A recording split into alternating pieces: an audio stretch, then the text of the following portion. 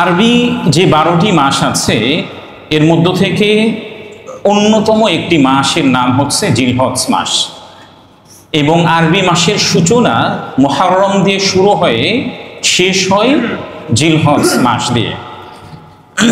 এই জিলহজ মাসে আল্লাহ তাআলার পক্ষ থেকে তার বান্দাদের প্রতি কিছু বিধিবিধানগুলি আমাদেরকে তিনি দিয়েছেন। এর মধ্য থেকে ইসলামের অন্যতম একটি বিধিবিধান, ইসলামের অন্যতম একটি ভিত্তি, সেই ভিত্তিটির নাম হচ্ছে হজ। এই জিলহজ মাসেই সম্পাদন করা হয়ে থাকে।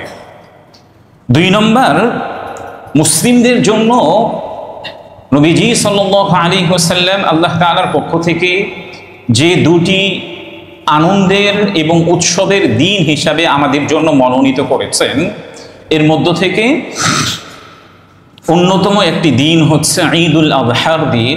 এটাও জিলহজ মাসে আমরা উদযাপন করে থাকি। 3 নম্বর হচ্ছে, যারা সামর্থ্যবান মুসলিম আছেন তাদেরকে নবীজি সাল্লাল্লাহু আলাইহি ওয়াসাল্লাম কুরবানি করার জন্য নির্দেশনা দিয়েছেন। এই কুরবানিটাও আমরা কোন মাসে করে থাকি? জিলহজ মাসে করে থাকি। এছাড়া জিলহজ মাসের আরেকটি গুরুত্বপূর্ণ দিন হচ্ছে আরাফার দিন। এই দিন সম্পর্কে প্রিয় নবীজি সাল্লাল্লাহু আলাইহি ওয়াসাল্লাম বলেছেন, এই দিনে আল্লাহ রাব্বুল আলামিন এত অসংখ্য বান্দাদেরকে তিনি মাফ করে দেন, যা অন্য কোনো দিনে তিনি এত পরিমাণ বান্দাদেরকে মাফ করেন না। এই দিনটাও কোন মাসে অবস্থিত? জিলহজ মাসে অবস্থিত। এছাড়া জিলহজ মাসের আরেকটি গুরুত্বপূর্ণ আমল হচ্ছে তাকবীরে তাশরিক, যেটি আমরা কোন মাসে আদায় করে থাকি? জিলহজ মাসে আমরা আদায় করে থাকি। তাহলে মোটা দাগে আরবি 12টি মাসের মধ্যে সর্বশেষ মাস, 12তম মাস জিলহজ মাসে আমরা মোটা দাগে 5টি গুরুত্বপূর্ণ ইবাদত পালন করে থাকি। 1 নম্বর হচ্ছে জিলহজ মাসে আমরা হজ সম্পাদন করে থাকি।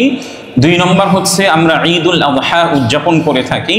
3 নম্বর হচ্ছে যারা সামর্থ্যবান আছেন তারা কুরবানি আদায় করে থাকি। 4 নম্বর হচ্ছে আরাফার মতো গুরুত্বপূর্ণ দিন এই জিলহজ মাসেই বিদ্যমান। 5 নম্বর হচ্ছে আমরা যেখানেই থাকি না কেন আমাদের জন্য নবীজি সাল্লাল্লাহু আলাইহি ওয়াসাল্লামের পক্ষ থেকে নির্দিষ্ট একটা টাইম ফিক্স করে দেওয়া হয়েছে। এই দিনগুলিতে আমরা তাকবীরে তাশরিকগুলি আদায় করব ইনশাআল্লাহ।